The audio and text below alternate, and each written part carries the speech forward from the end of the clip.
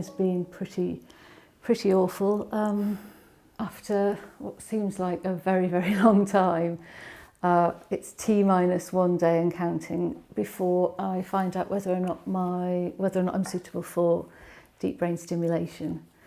So tomorrow I should get a call from the hospital to say yes or no following a multi-disciplinary team meeting that takes place tomorrow morning. So I'm a bit anxious. That's probably a bit of an understatement. Parkinson's is full of uncertainty, you know, what's going to happen and when and how badly. And this is almost an extension of that. Yes, it'll all be fine in the end.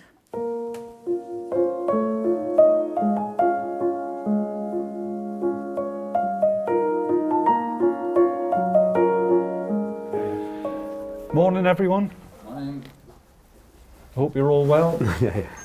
Just get started with the first patient. Dr. Ledingham's going to present her, and then we can have a discussion about what we think. Great. Okay. So the first lady is Lady Joanne Yaldrin, who's referred to us by Dr. Archibald from Middlesbrough. What is the current level of medications at the moment? Madapar, 25 over 100 milligrams 4 times a day, or maybe a bit less than that, with Rotigotine.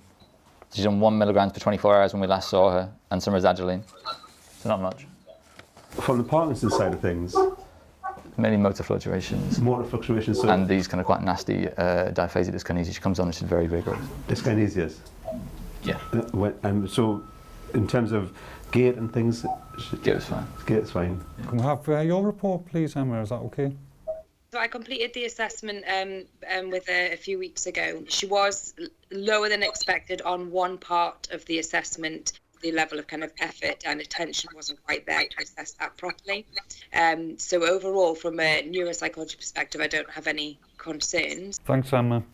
Two things. One thing is that there is a significant dystonia component in here. She has not had any genetic testing. I advise that we ask her to take part into the ROPAT study so we can check if she carries a genetic mutation. She is 54 at the moment and she developed Parkinson in her late 40s, so very early onset. If I'm not wrong, she mentioned that sometimes she has the sensation that someone else is in the room. We want to rule out that she carries a GBA mutation. Just because then we need to let her know that people who have carried a GBA mutation might do not very well cognitively after DBS. So I think she should be informed of that if she carries the mutation. And that would help us inform her. We wouldn't necessarily say that we're not going to do it, it's just to help inform her about the outcomes. All right. Yeah, I okay. agree. Should we have a look at the scan then to see? Yeah. Dystonia seems to be our main problem at the moment. The best way to get that under control would be, I think, via the GPI target. She's got some sort of Virchow-Robin spaces within the basal ganglia, but I think the GPI is okay to target. And if we go back down to the midbrain, there's no huge abnormality there that's going to stop us from targeting either GPI or SDN. Given the history, I think we should probably go for GPI in this lady. Okay, it seems to be a good candidate for DBS. Brilliant, thank you.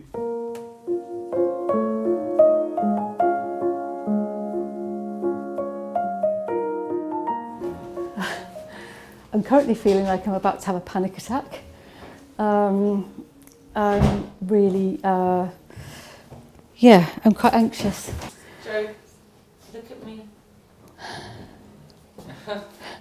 My support squad. Just like that. It's been a year since I first started the process of contacting Parkinson's UK about recording this journey of my DBS, and here we finally are, and I'm quite anxious.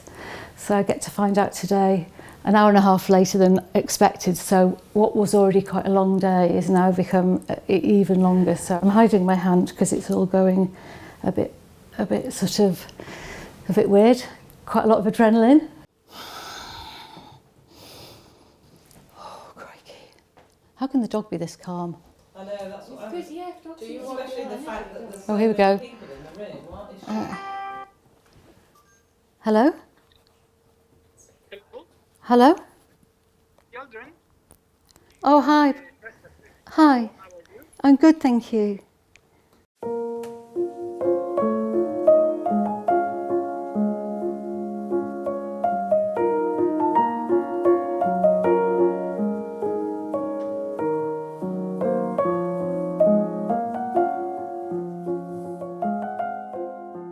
Okay, okay. Brilliant. So hopefully within the next month or two, I'll have a better idea. Okay, thank you. Bye now. Thank you, bye-bye. Bye. Could you hear? No. So.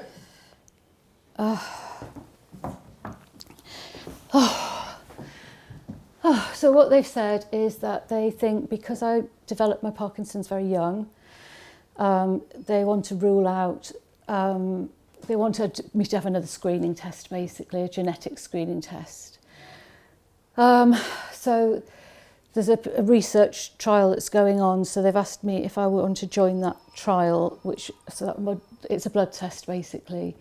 So they'll do that because they want to make sure that I'm not, if there's a genetic component, then they want to make sure that I don't, if I have that, then potentially I would have a quicker sort of cognitive decline. And because in the past when I've been on the dopamine agonist, I saw those sort of shadows, you know, those sort of people at the bottom of the bed. And then when I stopped taking the meds, that cleared away, but they want to make sure that that's not something that's wrapped up from a genetic point of view. They want to make sure that that's not something that will get worse.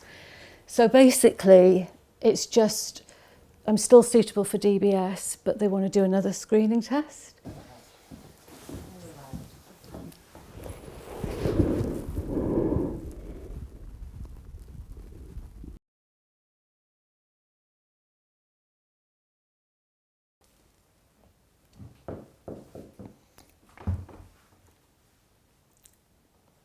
Quite rightly, they want to just make sure that I'm not going to have a therapy in terms of the DBS that's going to make me worse. I'm going to breathe in and out and take the positives from it. It's everything, I'm basically where I was this morning, I don't know. And they're just going to be safe, so I'm just going to have to take it by ear, play it by ear.